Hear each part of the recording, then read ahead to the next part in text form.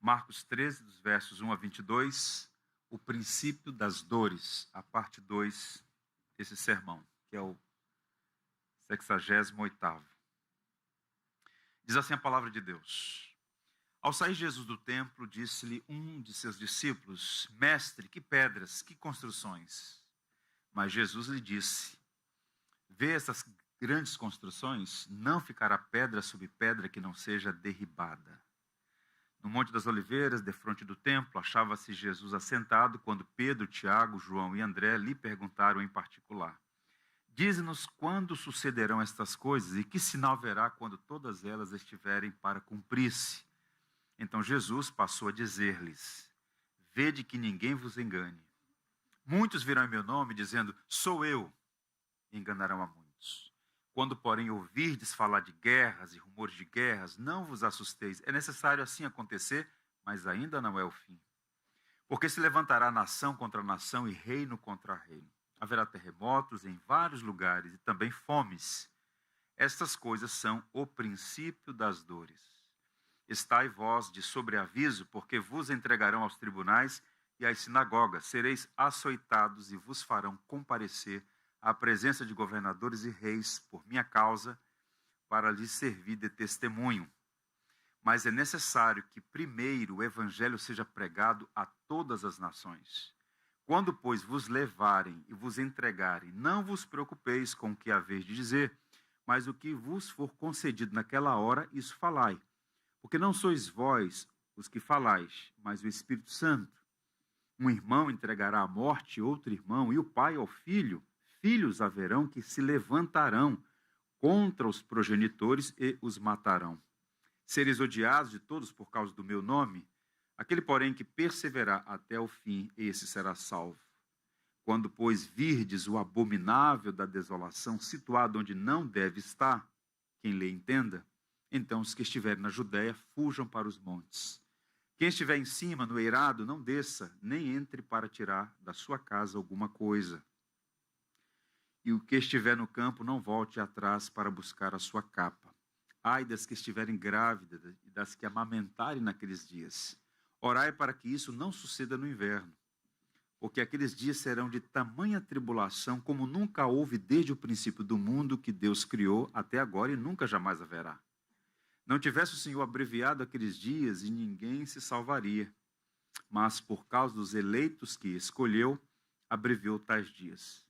Então, se alguém vos disser, eis aqui o Cristo, ou ei-lo ali, não acrediteis, pois surgirão falsos cristos e falsos profetas, operando sinais e prodígios para enganar, se possível, os próprios eleitos.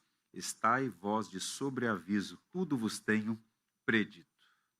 Que o Senhor nos abençoe. Se é uma palavra que define a nossa geração, essa palavra é ansiedade. Há estudos que apontam que pelo menos 1/3 das pessoas que passam por alguma unidade médica sofre de algum grau de ansiedade. Vejam, olhamos para o cenário geral, especialmente do ponto de vista geopolítica, e vemos rumores de guerras. Quando olhamos a natureza e testemunhamos catástrofes, olhamos para as redes sociais, por exemplo, e somos bombardeados com um volume impressionante de informações, de novidades, que prometem muito e oferecem tão pouco. Diante do caos do nosso século, o mundo entra em pânico, ansiedade crônica, e para muitas pessoas há um desespero, uma crise existencial, é o fim, está tudo desmoronando. E quanto mais se estuda esses fenômenos todos, parece que aumenta o grau de ansiedade. No entanto, o maior erro da igreja, e eu peço a vocês que prestem bastante atenção no que eu estou a dizer, o maior erro da igreja é olhar para o pânico do mundo com os olhos do mundo. Dr. Martyn Lloyd-Jones viveu um momento da história recente, século XX, no contexto da Segunda Grande Guerra Mundial. Ele estava ali servindo em Londres, na Capela de Westminster, no epicentro de um momento bem singular na história da humanidade. E ele viveu essa realidade de uma geração inteira tomada por pânico, pela ansiedade. Londres debaixo de bombardeio da força nazista. E ele dizia com muita segurança à sua comunidade: o maior problema do homem não é a sua circunstância, mas a sua alma. E o maior erro da igreja é tentar mudar o mundo exterior sem antes estabelecer a verdade de Deus no homem interior. Em outras palavras, quando Jesus olha para as crises da história, ele não nos chama ao desespero, mas ao discernimento. Razão pela qual, de forma habilidosa, ele usa uma metáfora obstétrica, o princípio das dores. Ele chama as guerras, os terremotos, as fomes, as crises de o princípio das dores. O termo original, como eu disse na última palavra, o termo técnico aqui, uma tradução literal, seria as dores de parto do cosmos. A intenção de Jesus, portanto, não era apresentar um cronograma detalhado do fim do mundo, dos eventos finais, mas preparar os discípulos para um tempo difícil. Seu propósito, portanto, era essencialmente pastoral. Jesus é o bom, o perfeito, o supremo pastor. Ele está, de forma intencional, preparando aquela geração para os acontecimentos iminentes. 40 anos depois, Jerusalém seria colapsada, o templo seria destruído. E, em alguma medida, como nós vimos, há aqui duas camadas: profecia que se estende para um futuro imediato, no ano 70, e parte do que ele disse aqui está por acontecer, de modo que ele está preparando aquela geração e as gerações subsequentes para como lidar com esse tensionamento, as preocupações, esse cenário em um mundo quebrado. Portanto, em Marcos 13, o Senhor não tenta satisfazer nossa curiosidade intelectual sobre o fim dos tempos, e há muita gente fazendo isso, né? Muitos cronogramas, muitos mapas, muitas profecias profetadas, marcando a volta de Jesus, aterrorizando as pessoas.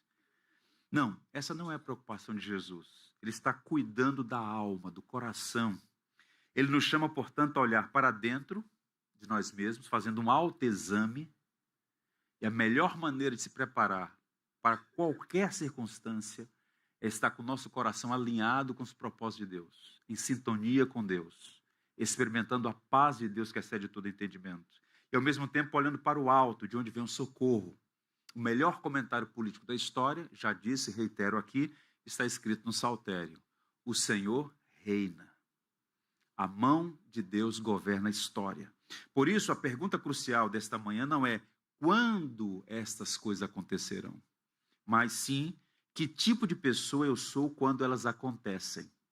Porque a história do mundo, dizia Gibbon, é o juízo do mundo. O mundo sempre foi, desde a queda, influenciado por essas tensões todas, que é fruto do próprio pecado instalado na humanidade, e que de tempos em tempos ficam mais evidentes, e nós precisamos, portanto, de equilíbrio, discernimento. Portanto, Cristo capacita a enfrentar a falência do mundo sem permitir que o nosso próprio coração entre em colapso. E o cristão precisa entender que ele é uma carta lida por todos os homens. O testemunho cristão diante desse cenário de instabilidade ajudará outras pessoas a perceber a diferença que o Evangelho faz. Não é fuga da realidade. Não é aquela síndrome da avestruz que esconde a cabeça para fingir que os problemas não existem.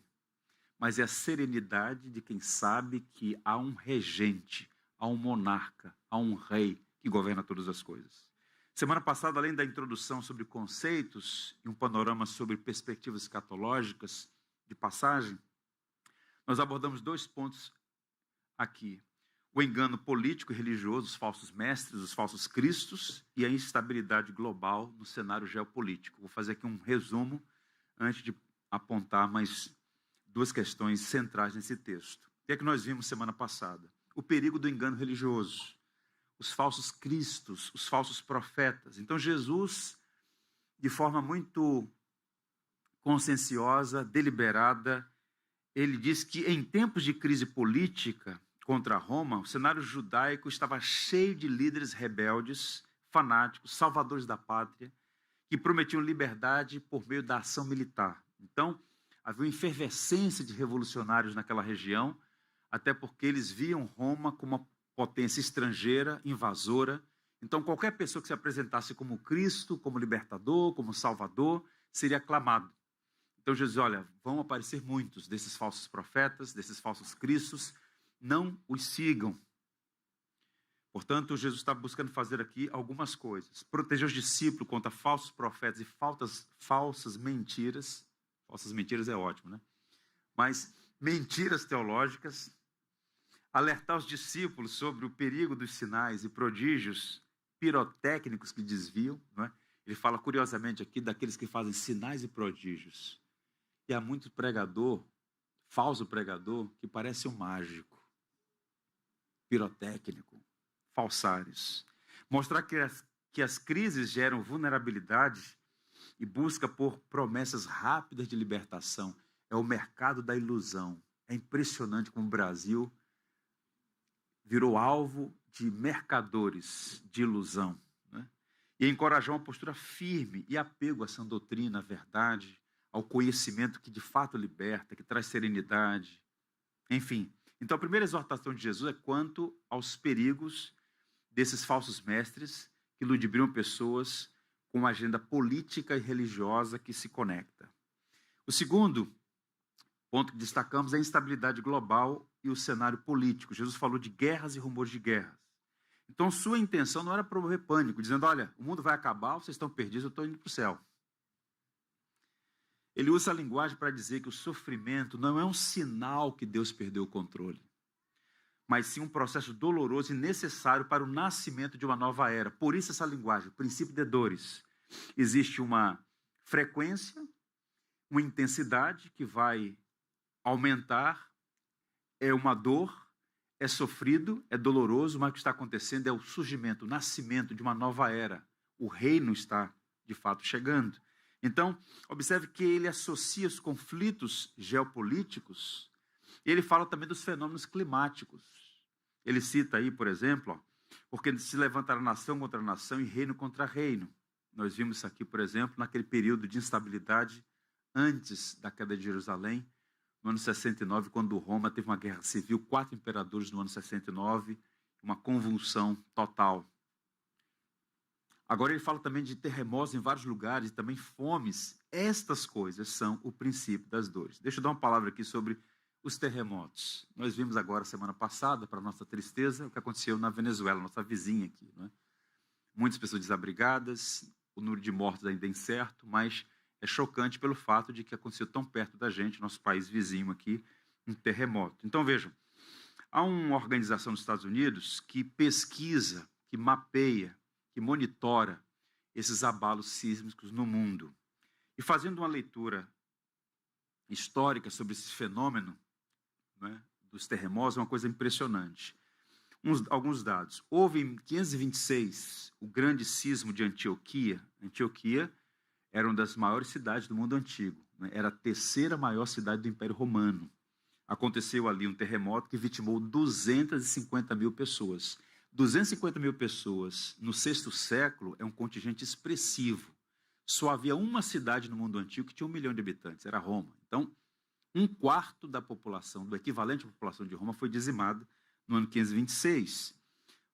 Avançando bastante, em 1960, o maior terremoto já registrado na história, aqui pertinho, no Chile. Terremoto em Valdívia, 9,5 na escala. Redesenhou a geografia da costa chilena e gerou tsunamis que invadiu o país chileno. Em 1976, o terremoto de Tangshan, na China, considerado o maior e o mais mortífero do século XX, 240 mil pessoas perderam a vida. Mais recentemente, em 2010, em Porto Príncipe, né, o país foi devastado, não ficou um prédio de pé, inclusive o prédio mais bonito, mais importante, a sede do governo foi completamente destruído. Então, esse serviço geológico dos Estados Unidos aponta que entre 1900 e 1999, portanto, no século XX, houve 1.950 a 2.000 grandes terremotos de magnitude acima de 7,0, levando a uma média de 2 milhões de mortos. É impressionante. Isso é o que foi mapeado.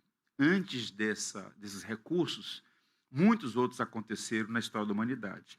Mas no século XX, é o que tem sido estudado, Houve mais terremotos do que em todo o restante da história. A natureza está gemendo, entrando em convulsão. Então, o que Jesus disse sobre guerras e rumores de guerras, terremotos e fomes, teve uma aplicação imediata, mas também implicações para um futuro que está em curso, que antecederá a sua volta. Ele fala também de fomes, no plural. Jesus menciona as fomes como um sinal do princípio das dores. Interessante notar que a fome, em alguma medida, é um subproduto das guerras e das catástrofes naturais. A fome mata mais do que a guerra.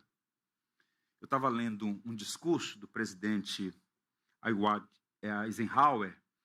Ele fez um poderoso discurso no dia 16 de abril de 1953. Ele mostrou a relação entre fome e o custo da guerra. Impressionante. Um discurso chamado O Custo da Paz. Cada arma fabricada, cada navio de guerra lançado, cada foguete disparado significa, em última análise, um roubo daqueles que passam fome e não são alimentados, daqueles que estão com frio e não estão vestidos. Este mundo, em armas, não está gastando apenas dinheiro, está gastando o suor dos seus trabalhadores, o gênio de seus cientistas e a esperança de seus filhos. Então, as fomes como subproduto da guerra. Por isso, a expressão princípio das dores é tão importante, porque Jesus está construindo aqui um raciocínio, apresentando uma verdade, que um autor chamado Great Osborne chama de uma profecia que inaugura o período em que a história humana e o reino de Deus se sobrepõem. Então, vejam, duas palavras técnicas. O início do fim. Ele argumenta que essas dores de parto, terremotos, fomes, guerras, começaram com a primeira vinda de Jesus, sua morte e ressurreição, e continuam ao longo de toda a era da igreja. Isso vai se intensificar, e não é curioso notar que esse instituto apontou que houve mais terremotos no século XX do que em todos os períodos anteriores.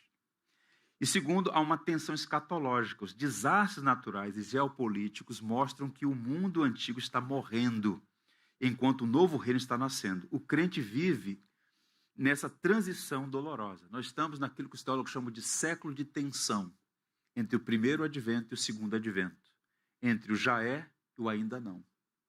Então, esses fenômenos todos, repito, têm duas camadas. A profecia de Marcos 13, Mateus 24, aponta para algumas realidades imediatas, como a queda de Jerusalém, mas também aponta para algumas realidades que estão por vir e outras que estão em curso. Em linhas gerais, esses sinais mostram que o mundo em que vivemos está quebrado pelo pecado. E a resposta da igreja não é pânico, não deveria ser, mas a proclamação esperançosa e o socorro intencional ao próximo. Há muita gente desesperada. A imprensa, por vezes, faz um falseamento, uma maquiagem, mas os números são impressionantes.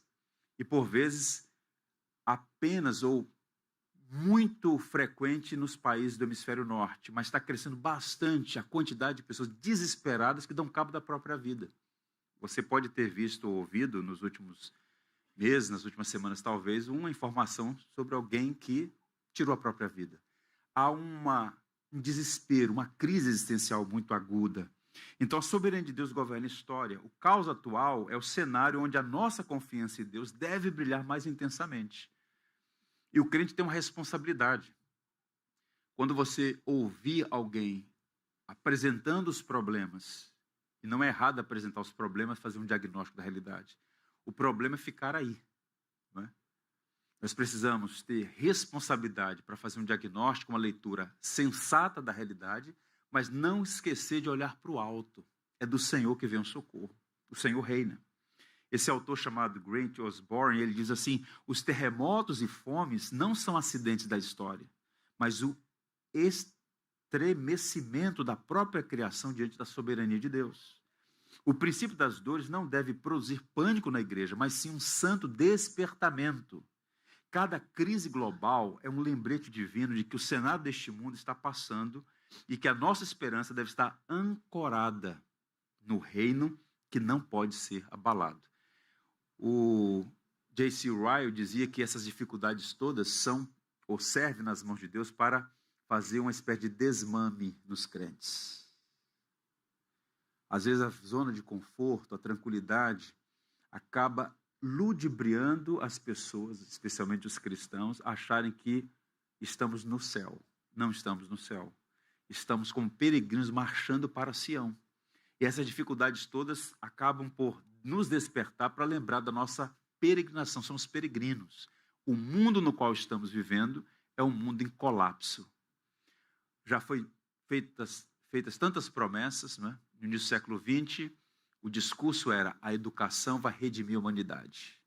A tecnologia vai avançar cada vez mais. A ciência médica vai fazer voos altaneiros. Não vamos esperar o céu, vamos trazê-lo para a terra. E o que aconteceu? Logo no início do século XX e na metade do século XX, as duas grandes guerras, né? Ou seja, a salvação do homem não está na educação, na tecnologia, nos avanços da medicina, embora essas coisas todas tenham o seu valor e o seu lugar. Este mundo está em colapso. Pedro vai dizer assim: nós aguardamos novos céus e nova terra onde habitam a justiça. Então, um senso de peregrinação.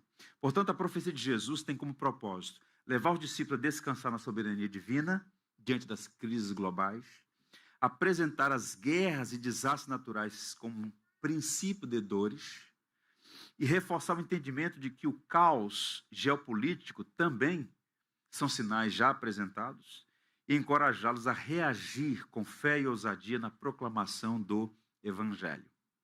Dito isto, a pergunta passa a ser a seguinte: diante da instabilidade desse mundo, descrito nesses dois fenômenos, deste mundo em convulsão, nós precisamos de sustentação. E a pergunta é: onde encontramos sustentação?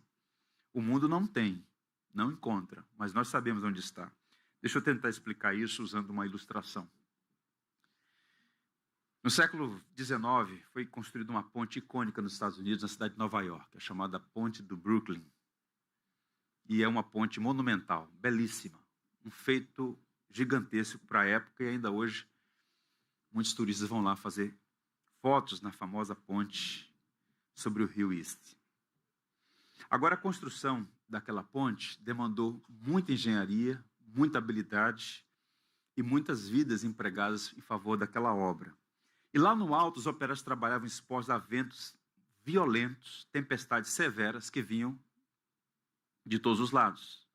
E para garantir que esses homens não fossem arremessados para a morte, o engenheiro-chefe propôs, à época, o que ele chamou de linha da vida de aço, onde cada operário, atuando na construção da ponte do Brooklyn, em Nova York, estava ancorado a um forte cabo de aço de segurança preso em uma coluna. Então os ventos continuavam batendo forte, uma força terrível. A estrutura balançava no alto, ao redor, tudo era assustador. Porém, os trabalhadores continuaram a trabalhar, mesmo se perdessem o equilíbrio, sabiam que os cabos prendiam a uma rocha firme da torre, de maneira que estavam seguros. Eles não olhavam para o abismo, eles confiavam na ancoragem, a linha de aço que os segurava. É interessante porque a carta aos Hebreus apresenta uma linguagem muito similar quando ele diz assim, que nós temos a âncora da alma. A nossa esperança está nas promessas de Deus, em quem Deus é, está apegado a quem Deus é e nas suas fiéis promessas, funciona como uma ancoragem.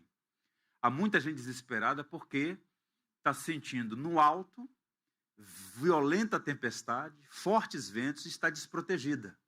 Mas quem tem a âncora da alma, quem está neste fio, nesse cabo firme, protegido, sabe que o vento é forte, a tempestade é intensa, mas está seguro.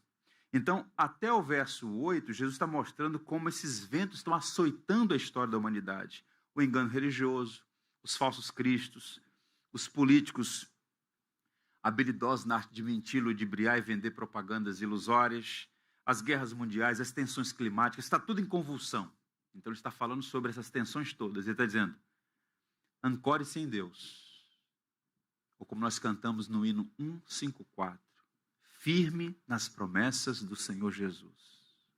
A partir do verso 9 até o 22, ele vai, de forma muito habilidosa, sair da esfera desses fenômenos mais amplos e trazer agora uma jornada mais pessoal, a fim de encorajar os discípulos a ter serenidade, equilíbrio, diante de duas coisas: a perseguição religiosa que está em curso, e também ele vai falar sobre o que é chamado de grande tribulação e como nós reagimos, tanto à perseguição quanto à tribulação, e o nosso dever de pregar nesses contextos. Então, eu quero sua atenção para trabalhar duas coisas hoje aqui: o testemunho cristão diante da perseguição e a graça de Deus na grande tribulação. Mantenha sua Bíblia aberta, vamos examinar a partir do verso 9, examinando, portanto, mais 2 pontos desse sermão profético de Jesus.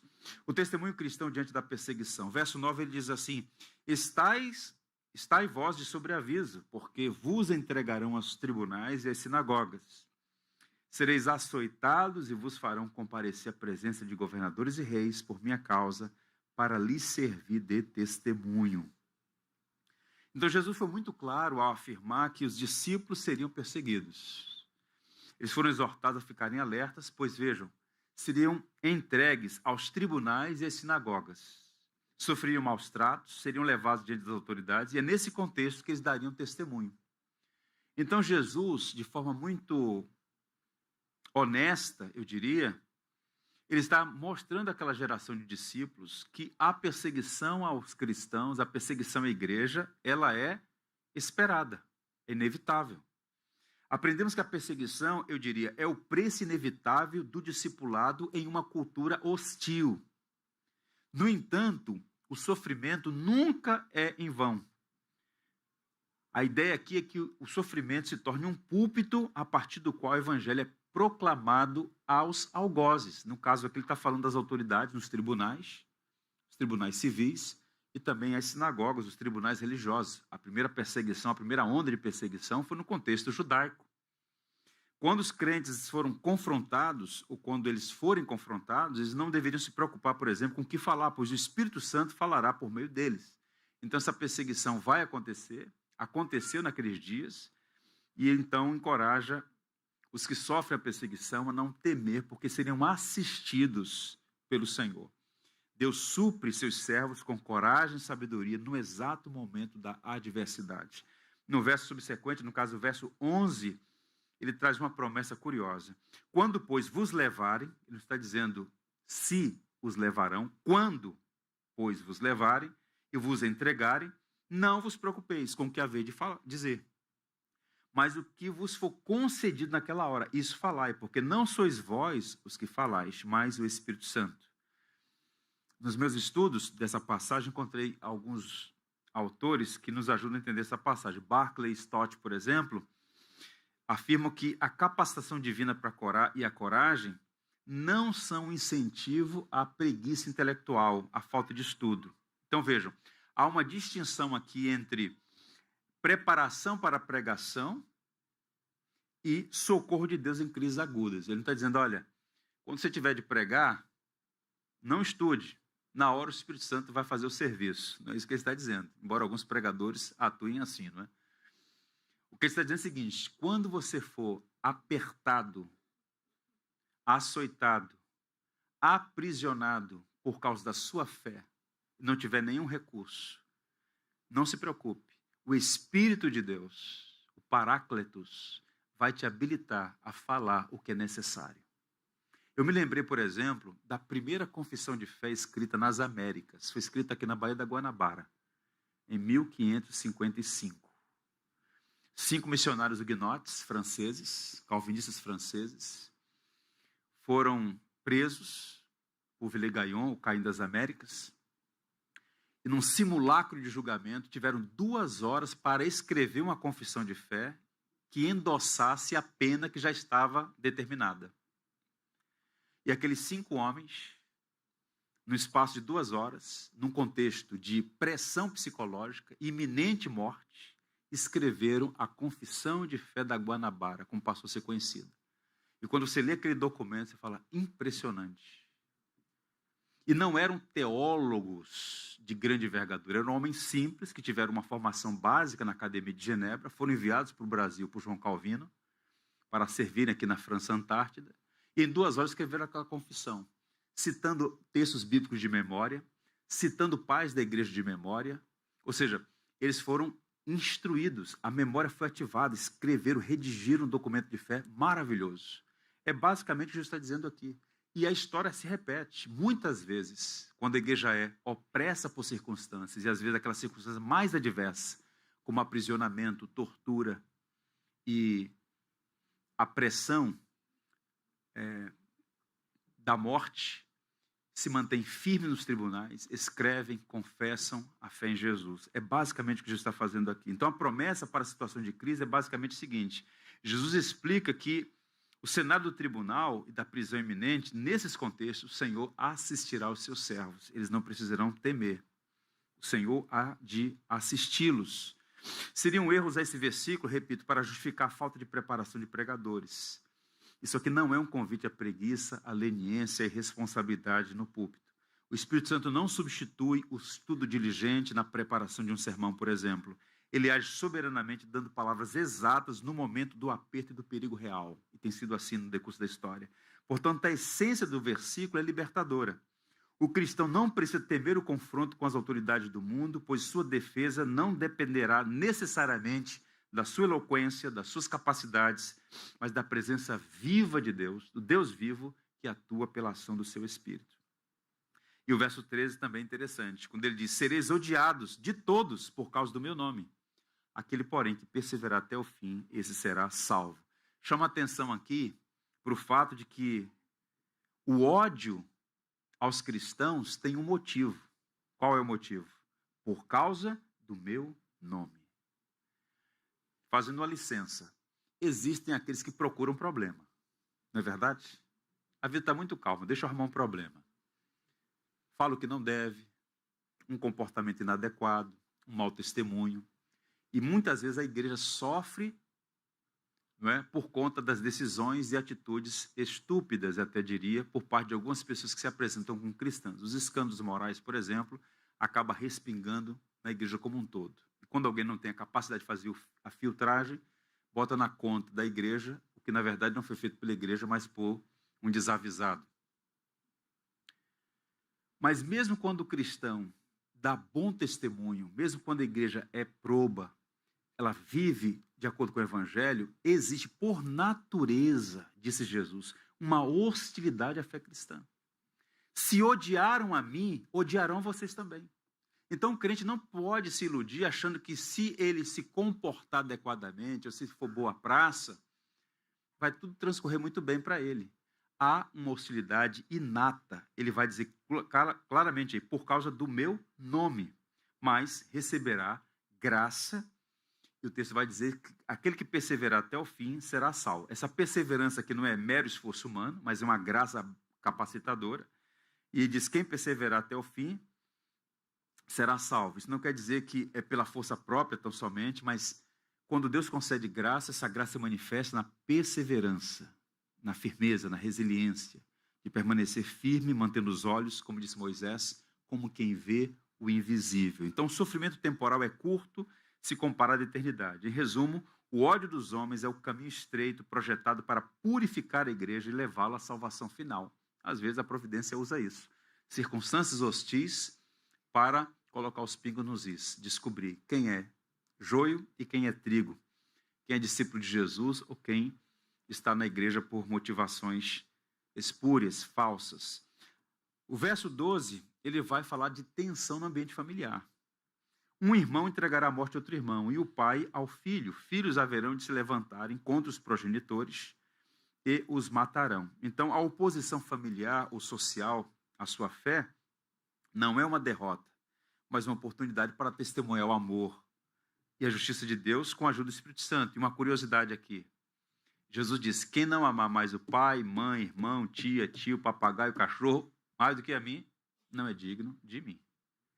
Ou seja, nós devemos honrar a nossa família, honrar nossos progenitores, honrar nossos filhos, mas a nossa afeição por Cristo está acima de todos os amores. Ele está dizendo que, por causa do Evangelho, haverá oposição, inclusive no ambiente familiar. A história mostra isso claramente. A gente não precisa ir muito longe, não. Algumas regiões do Brasil, por exemplo, abraçar o Evangelho implica em criar um problema dentro de casa. Eu conheci filhos, por exemplo, foram deserdados por seus pais por se tornar cristão. Então ele está falando aqui de uma oposição que vem do mundo como um todo e por vezes nasce num próprio seio familiar. Há uma história muito curiosa vinculada a um homem chamado Policarpo de Esmirna. Ele foi um discípulo direto de João, apóstolo João. Policarpo viveu em Esmirna, uma cidade ali banhada pelo mar Egeu. É a terceira maior cidade da Turquia hoje, chama Izmir. No ano 155, durante uma intensa perseguição do Império Romano, esse homem foi preso. Ele tinha 86 anos de idade. Cabelos brancos, a fisionomia de alguém experimentado em dores, capturado, foi levado perante o procônsul, a maior autoridade do império na Ásia Menor. E a multidão furiosa pedia a morte de Policarpo. O governador romano, num ato de misericórdia, queria poupar que aquele ancião fosse assassinado, e então disse assim, está bem documentado isso: jure pela sorte de César, arrependa-se. Clame abaixo os ateus, os romanos chamavam os cristãos de ateus, e amaldiçoe a Cristo, e você será liberto, voltará para sua casa. Policarpo olha a multidão, é uma cena muito curiosa, porque eles queriam sangue, e está aquele ancião de 86 anos. Então ele suspirou, apontou para eles e disse: abaixo os ateus.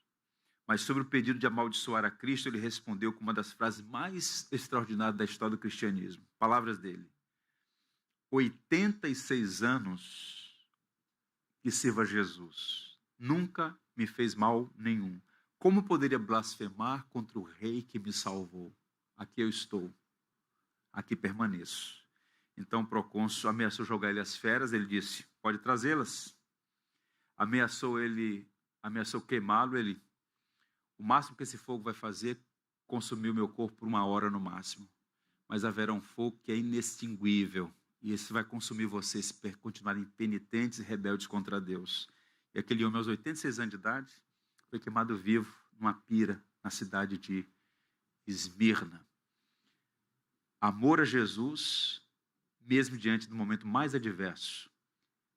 Se odiaram a mim, odiarão vocês também. Serão perseguidos, odiados por causa do meu nome. Foi o que disse Jesus e se cumpriu e tem se cumprido ao longo de toda a história. E esse momento, só adiantando aqui algumas aplicações, nesse momento, 1/4 do século 21, somado ao século 20, nunca houve tamanha oposição, perseguição e assassinato de cristãos como em outros períodos da história. Somados 1900 anos, desde o advento da fé cristã, esse é o período em que mais cristãos são perseguidos, presos, têm os bens confiscados, a vida destruída e assassinados por causa do Evangelho. Há uma obra de um autor chamado Chesterton. Ele escreveu 2 grandes livros, vários livros bons, mas 2 são bem conhecidos: Ortodoxia, um outro livro chamado O Homem Eterno. E qual é o argumento de Chesterton, um brilhante pensador inglês? Ele argumenta que a perseguição não é um acidente histórico, mas uma reação inevitável do mundo à proposta, ouçam, revolucionária da fé. Vou fazer uma citação dele aqui. Jesus prometeu aos seus discípulos 3 coisas. Ouça você que é discípulo de Jesus. Você recebeu, entre outras promessas, 3. Que eles seriam completamente destemidos, absurdamente felizes e estariam em constante apuro. E o Chesterton vai discorrer isso aqui com uma coisa impressionante. Ele diz: a perseguição, esse está em constante apuro, que anda de mãos dadas com alegria sobrenatural, absurdamente felizes. Um homem de 86 anos zombando do procônsul. Vou trazer as feras. Pode trazer. Vou colocar você na fogueira. 1 hora no máximo. Ou seja, uma alegria e uma força que não vem deste mundo, vem do alto, que confunde os perseguidores. O cristão fiel não enfrenta a tribulação com amargura, mas com leveza de quem já venceu a morte. Ou como disse outro Marte, o máximo que uma morte pode fazer ao cristão é colocá-lo nos braços do seu Salvador. Então, repito, sereis odiados de todos por causa do meu nome. Qual é a aplicação para nós aqui? A perseguição hoje pode não ser necessariamente com leões ou fogueiras, mas se manifesta em exclusão social, no ridículo acadêmico, na pressão para moldar nossos valores aos do mundo. Nós estamos vivendo hoje o que alguns já vêm chamando de novo martírio. E numa sociedade como a nossa, nessa parte do mundo ocidental secularizado, quem escolhe o nome de Cristo escolhe carregar a sua cruz e perdas, exclusão social. Existe uma cristofobia. Eles aceitam tudo e todos. Agora, a fé cristã é sempre marginalizada. Quando um cristão, especialmente um líder, comete um erro, todas as manchetes, líder religioso, pastor, padre, igreja tal, manchete. Quando é uma virtude, aí eles vão usar palavras mais polidas, né? Eu lembro quando aconteceu o 11 de setembro e as Torres Gêmeas foram ao chão, aquelas manchetes todas, e aí eu lembro que a capa do jornal, o Globo era assim, toda a nata norte-americana na Catedral de St. John, e estava todos os presidentes vivos dos Estados Unidos, o atual presidente à época, a cúpula. E aí a manchete era: líder religioso faz discurso à cúpula política militar dos Estados Unidos. Líder religioso. Quem era o líder religioso? Um pastor batista. Mas por que não colocaram na manchete? Um pastor batista discursa na Catedral de St. John para a liderança dos Estados Unidos. Líder religioso. Se fosse um BO, pastor batista. Vocês percebem a malandragem? Vejam, a Oidak Europe afirma que em solo britânico o fenômeno manifesta predominantemente através da intolerância cultural, marginalização social, censura de discurso e disputas jurídicas motivadas por uma postura politicamente correta, hostil a valores bíblicos tradicionais. O que é que está acontecendo lá? Na Inglaterra, que foi berço e celeiro de missionários para o mundo inteiro, prisão de pregadores de rua, o indivíduo abre a Bíblia numa praça pública e diz: olha, Jesus Cristo voltará. Não pode falar isso. Deus fez homem e mulher. Discurso de ódio. Criminalizar orações públicas e silenciosas. Há pessoas sendo presas por estarem em silêncio, como uma senhora foi presa, publicamente exposto isso, viralizou esse vídeo. Ela estava em frente, do outro lado da rua, mas em frente a uma clínica de aborto, em silêncio. E 2 policiais se aproximam e dizem: a senhora está orando? Ela: sim, na minha mente. A senhora sabe que não pode fazer isso. Mas eu estou aqui. Não pode. A legislação diz que num perímetro de 5 quilômetros não pode haver nenhuma manifestação religiosa próximo a uma clínica de aborto. Isso na Inglaterra. Então veja o que está acontecendo. A perseguição, a hostilidade à fé cristã está em curso. Mudaram-se as táticas, mas estão em curso. Em alguns lugares continuam as mesmas táticas. O que está acontecendo na Nigéria? Assassinato, prisão, violação de meninas e mulheres, idosas, uma coisa absurda, ninguém fala sobre isso. A igreja, eu diria, para finalizar esse ponto, é como uma domadora de leões, que equilibra perfeitamente a mansidão do cordeiro com a coragem feroz do leão diante do erro e da opressão. Então, não podemos recuar, temos que ser mansos como cordeiros e, ao mesmo tempo, ferozes como leões na defesa da verdade. E o último ponto aí, de passagem por conta do tempo, a realidade da grande tribulação. Os versos 14 a 20, ele vai inserir aí uma expressão técnica que assustava qualquer judeu. Quando, pois, virdes o abominável da desolação, situado onde não deve estar, quem lhe entenda, então os que estiverem na Judéia fujam para os montes. Um dos maiores especialistas no Novo Testamento é um homem chamado William Lane. Ele diz que essa frase de Jesus é absolutamente importante, porque nós temos aqui um detalhe gramatical único. A palavra abominável está no neutro, mas Jesus usa o particípio masculino, o que indica que esse abominável da desolação não é uma estátua, é uma pessoa.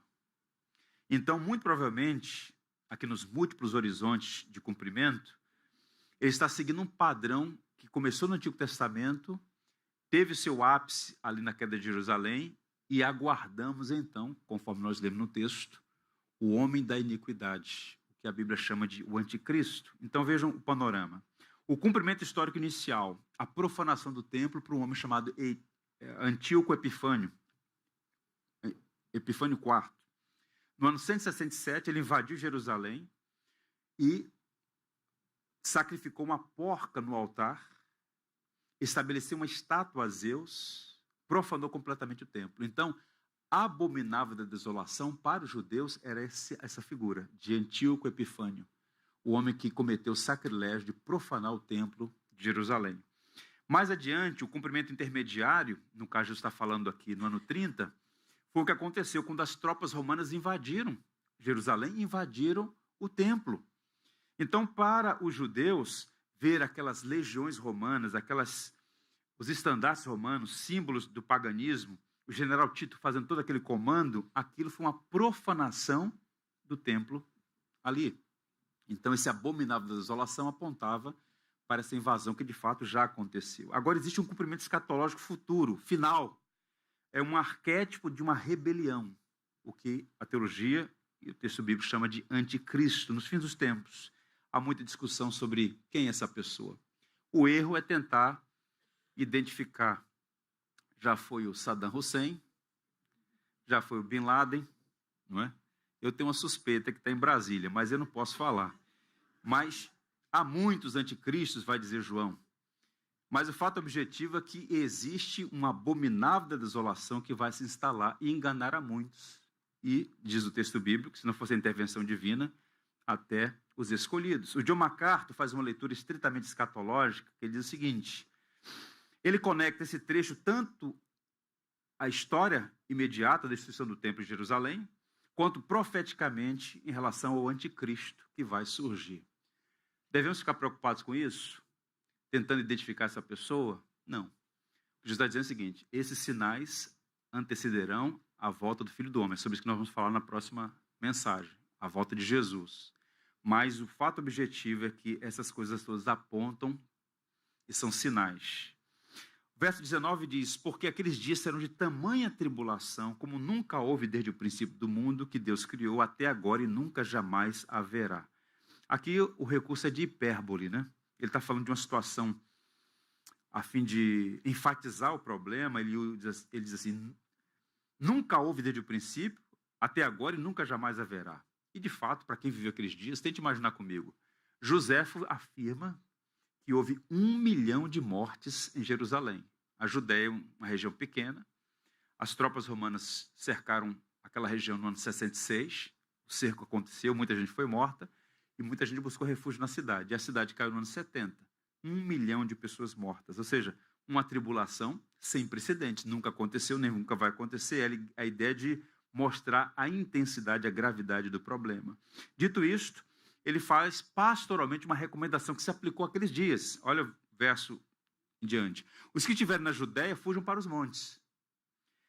Quem estiver em cima do eirado, não desça para buscar nada em sua casa. Quem estiver no campo, não volte atrás para buscar a sua capa. Ele está, portanto, dando diretrizes práticas. Ele, inclusive, fala: ai das grávidas, das que amamentaram naqueles dias. Orai para que isso não suceda no inverno. Por quê? Uma mulher grávida, dependendo do estágio da gravidez, vai ter mais dificuldade para fugir. E no inverno as coisas são mais difíceis ainda. As pessoas às vezes têm uma visão assim, um pouco distante da realidade de Jerusalém. Jerusalém, em determinado período do ano, fica coberta de neve. Não é? Então, orai para que não aconteça no inverno, porque isso vai ser mais difícil ainda, essa fuga. E ele vai dizer: se o Senhor não abreviasse tais dias, ninguém se salvaria. Mas, por causa dos seus eleitos, daqueles que ele escolheu, o Senhor manifestou graça naqueles dias de grande tribulação. Tal como fez lá, continua fazendo hoje. O Senhor dando graça aos que são perseguidos, aos que sofrem por amor ao seu nome. Dito isto, eu queria a atenção de vocês para pensar como tudo isso se aplica a nós aqui e agora. Primeira coisa, irmãos, recomendação pastoral: desenvolva resiliência mental para a rejeição cultural. Vou repetir: desenvolva resiliência mental para a rejeição cultural. Na prática, significa: pare de buscar a aprovação do mundo ou de se surpreender quando sua fé é ridicularizada. Você é um cidadão de dupla nacionalidade. Você está aqui, mas na verdade pertence a outro mundo, ao reino que jamais terá fim. Então, aconteceu e continua acontecendo. E o motivo é ódio de todos, a reação natural das trevas contra a luz de Cristo. A luz incomoda. Então, guarde isso. Seja resiliente porque a rejeição cultural continuará sendo acentuada. Já recomendei a vocês, recomendo mais uma vez o livro Opção Beneditina,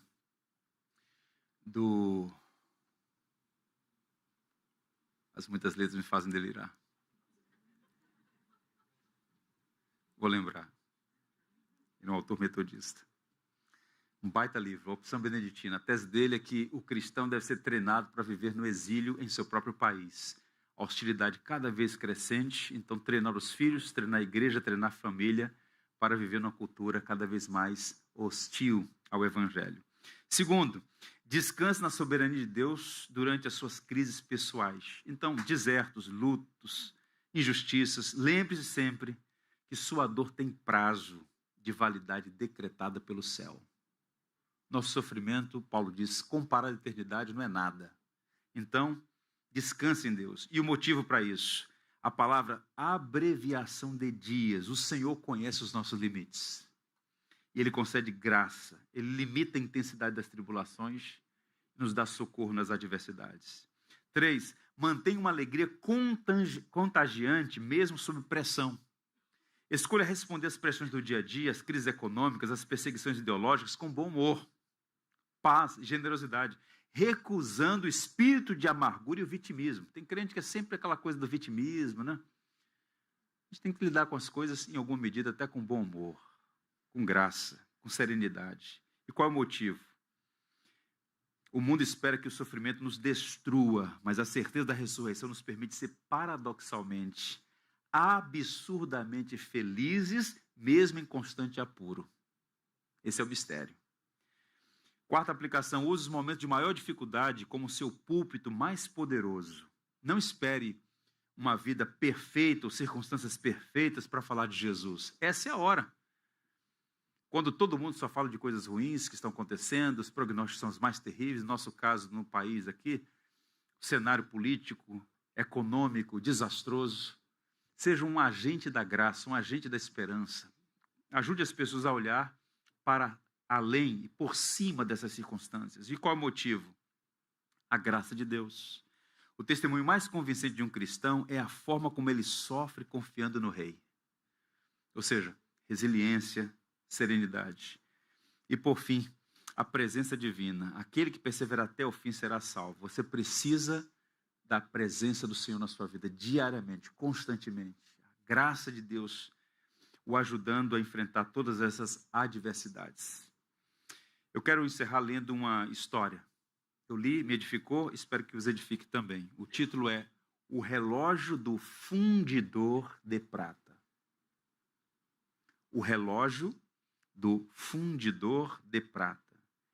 Existe uma história antiga sobre um grupo de cristãos que estava estudando o livro de Malaquias. Ao chegarem ao versículo que diz que Deus assentar-se-á como fundidor e purificador de prata, Malaquias 3:3, eles ficaram intrigados sobre o que aquela imagem significava na prática. Por que Deus se apresenta como um fundidor de prata?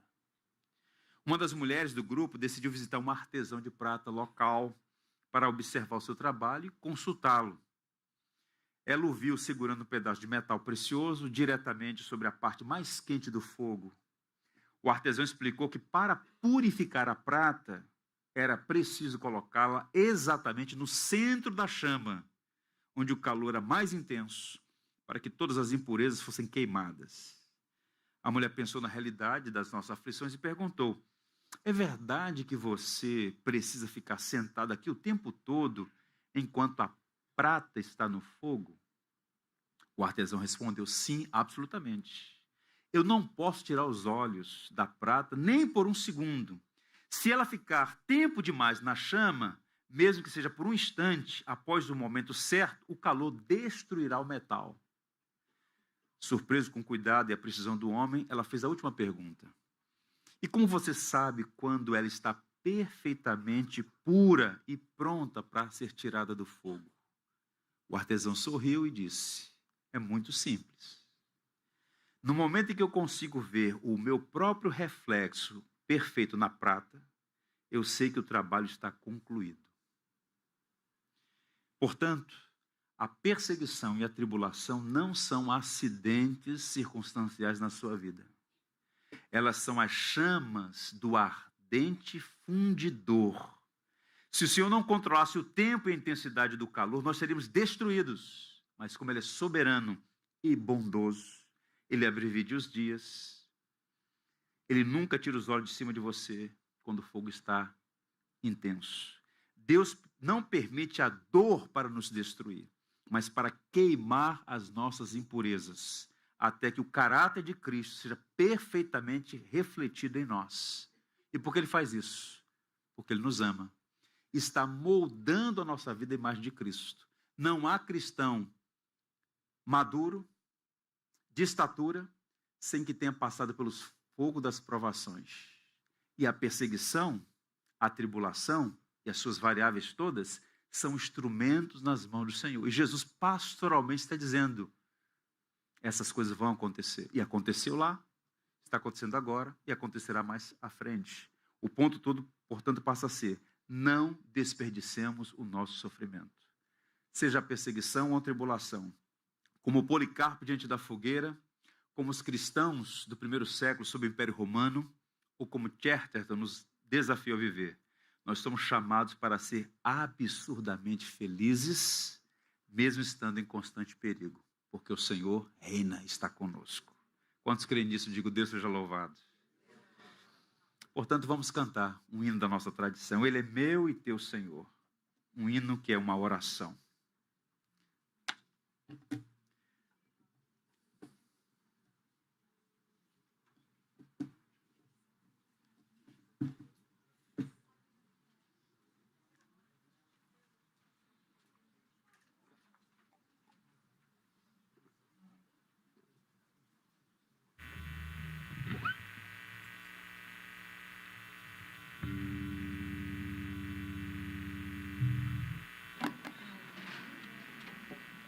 Vamos formar um grande coral e cantar essa belíssima oração. Ele é meu e teu Senhor.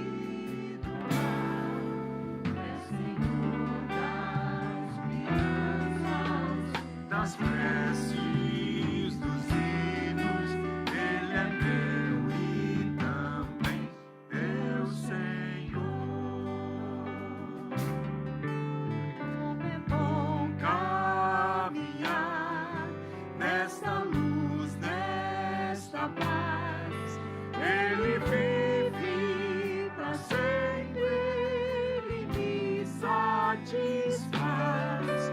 Eu sou dele e a vida que ele me dá é segura, pois ele é Senhor. Da chuva, do sol e do ar, é Senhor na alegria, da dor no chorar. Ele é o dono dos montes, do céu e do mar. É Senhor das crianças, das preces, dos hinos. Ele é meu e também teu Senhor.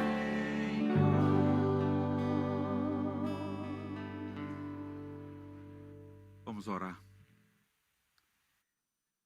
Nosso Deus e Pai, nós te louvamos por sua palavra, viva e eficaz, sempre atual. Venha ao nosso encontro e de uma maneira tão singular, fala de uma forma especial a cada um de nós. Obrigado porque nós podemos confiar no Senhor em toda e qualquer circunstância. Te louvamos por Jesus, que de forma tão pastoral buscou prevenir aquela geração de cristãos, de discípulos, quanto aos perigos que estavam por vir. Fomos exortados a tomar cuidado em relação aos falsos mestres, exortados a tomar cuidado quando virmos esses conflitos geopolíticos, rumores de guerra, terremotos, fomes. Essas coisas todas, Senhor, são o princípio das dores. Guarda o nosso coração para que não entremos em pânico, em desespero, mas que possamos manter os nossos olhos em Cristo ressurreto, soberano Senhor da história. Ajuda-nos a nos portar adequadamente face às perseguições por causa do nome de Jesus. Que honra é ser perseguido por causa de Jesus. Não permita que sejamos perseguidos por mau testemunho, por pecados praticados, mas por causa do nome de Jesus, esse é um bom sofrimento. Que possamos honrar o Senhor Jesus em todo o tempo. Ajuda-nos a passar pelas tribulações todas, sejam elas quais forem, com serenidade, com discernimento, mantendo nossos olhos no nosso Salvador Jesus. Eu oro por aqueles que aqui estão, que porventura estejam passando por dias adversos, um problema no trabalho, um conflito no lar, uma situação adversa, seja ela qual for, eu oro para que a graça do Senhor fortaleça o coração, a mente, para que não desistam, mas que experimentem aquilo que aquele pregador chamou de absurdamente felizes. Ajuda-nos a ser cristãos superlativos, com uma alegria ultra circunstancial. Que o mundo veja como os cristãos sofrem, como eles mantêm esperança acesa, porque a nossa esperança tem nome, é Jesus Cristo. Abençoa esta igreja, Senhor. Fortalece a sua fé, dá-nos uma semana em que possamos aproveitar as oportunidades para levar esperança àqueles que estão em crise. Que em tudo o teu nome seja glorificado em nós e através de nós. Em nome de Jesus, o vencedor que nós oramos. Amém.